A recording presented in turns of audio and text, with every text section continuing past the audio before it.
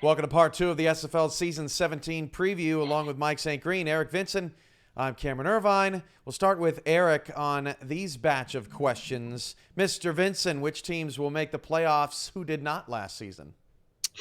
So I got three teams. I'm thinking the Portland Fleet, the Atlanta Swarm, and the London Knights. Portland, I've mentioned in the previous questions that we had on the last segment, I think it's their time. They're finally going to make the turn here and push themselves into the playoffs under rookie O.J. Bruin, the 6th overall pick coming out of the minors.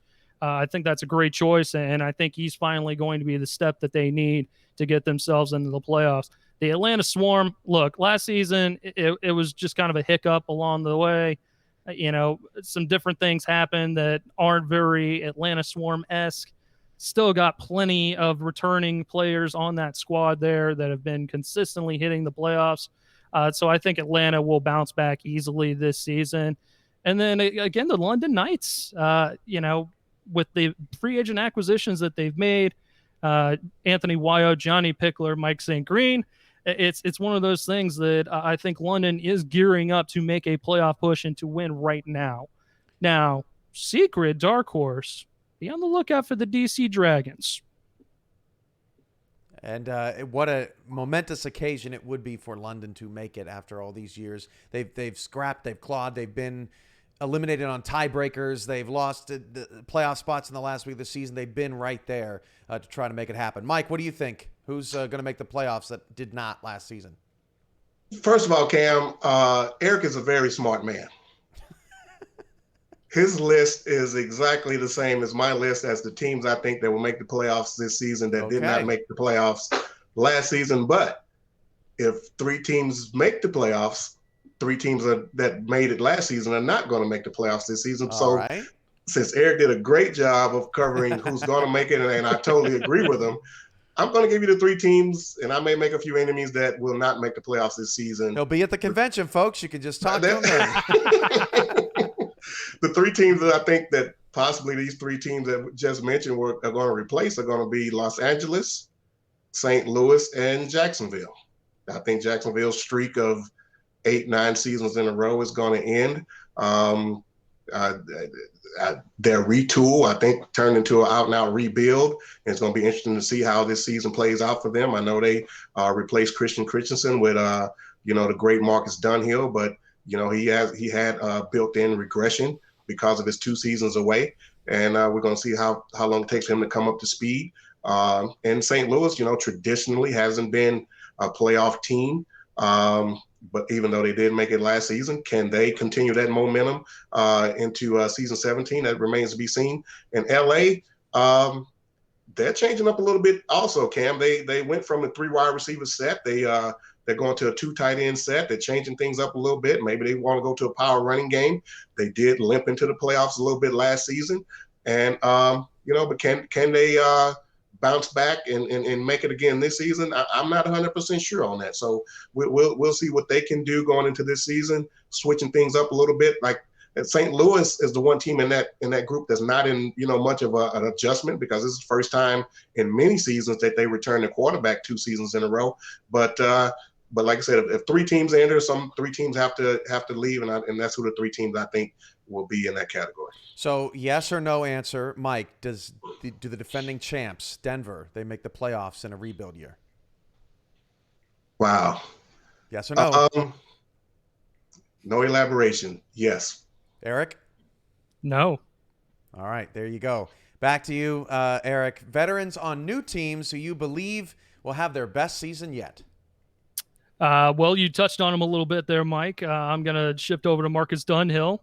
He's coming back and going to be playing in some new threads in the Simulation Football League, some colors we haven't seen him in, playing for the Jacksonville Kings down in Dirty Duval. But, I think you hit the nail on the head there with him being away for the past few seasons. He has hit that regression a little bit. It's not going to be the same MVP that we've seen, championship game MVP from seasons past. So it's going to be intriguing to see how he fits into Jacksonville with his new team and how he is able to bounce back from the regression there with the Kings. And then the other one is your new QB1, Mr. Johnny Pickler. just because of, the circumstances he brings to every team that he decides to don a helmet for. The man is all about the drama. I am all for it. I love it every time. And he just brings the spotlight to him everywhere that he goes. So, I touched on it before. I think London might hit the playoffs finally this season. And for your sake, I hope so, my friend. Mike, back. No one's ever accused Eric of being wrong, and I hear Johnny has some incredible weapons to throw to over there in London to help. I've heard that. So yeah, that, I kind of heard that along the way as well. Mike, veterans other than Mike St. Green, who will have their best season yet. Go ahead. Yeah, this is going to be a great category here. This is a great thing to talk about. Jeff Duffy moving over from Queen, and has a great career over in Queen City, and you may ask, how can he, have his best season ever, in Fort Worth, where he ended up landing.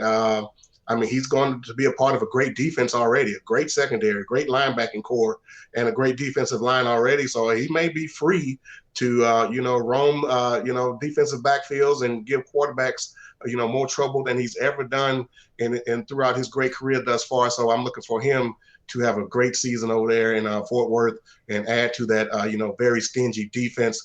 And sky's the limit over there for Fort Worth and for Jeff Duffy. Let's see if he can surpass that 20-plus sack mark this season with them. And my other one is another Queen City guy, Sean Moore, going over to Arizona to replace the great B.J. Lovelace, who moved over to Queen City. Sean Moore is going to, we all know, Eddie Gage, the defensive guru, what kind of position is Eddie going to put Sean Moore in to make plays for that great defense over there? We know B.J. Lovelace's great career. He's top, B.J.'s top in the tackles in the history of the SFL. So can Sean go in there, step in B.J.'s shoes and in Eddie's defense and become a great player over there with Arizona? It's amazing the two spots that those players landed in. Okay, last question, Eric. Your big surprise, your bold prediction for season 17 is? I'm going to twist it up from my notes that I had sent you. Oh. Denver is not going to make the playoffs. Bold prediction. Right. Just the way that everything is looking with the rebuild and everything else, too many talented guys that have retired and hung up the cleats. I don't see Denver doing it, especially with all these very talented teams coming in this season right on their heels. All right, Mike, time to go bolder then. What's your biggest surprise or bold prediction? My bold prediction is going to be one of the teams that Eric mentioned is going to make that are going to make the playoffs this season. And it's going to be that Atlanta makes it to the season 17 championship game. And my reason for saying that is if you look back to the championship season for Atlanta in season 14, these guys, prolific offense. Marcus Dunhill had come into his own at that particular time, won the MVP. This guy had weapons all over the field, Boo Chisholms, Siege Falco. I think Dave Axis was also on that team. And then you add in BDG Hollywood and Jamal Wooding, even though in that championship game, Jamal got injured. I want to say maybe 2 or 3 plays into that game. But that season in particular, that was a monster of an offense for defenses to have to game plan for. So now you fast forward to season 17, after season 16, these guys went to a 2 tight end set. It just didn't fit what I felt like Atlanta should be or what they like to do. So what did they do? They went out and got a third wide receiver in this draft in Ryan Roosevelt. The guy's like 6'4", 220, something like that. I think his speed is already maxed out. So they're going to provide Brian Dynasty, who's going into his 3rd season, with all the weapons that he needs. They still have Boo. They still have Siege. They, BDG, as well as Wooding. So, I just think that offense is going to be tough to game plan for. And I think we're going to see these guys go back to their form that they had in season 14. Roosevelt could be a difference maker. He was awesome this season in the minors. You can watch the SFL all season long on Next Level Sports for the fans, FTF Twitch, and SFL Twitch. And, of course, our SFL YouTube channel will have all the content archived for you to check out anytime. For Mike, Eric, I'm Cam. This has been your Season 17 preview. And let's get back to action.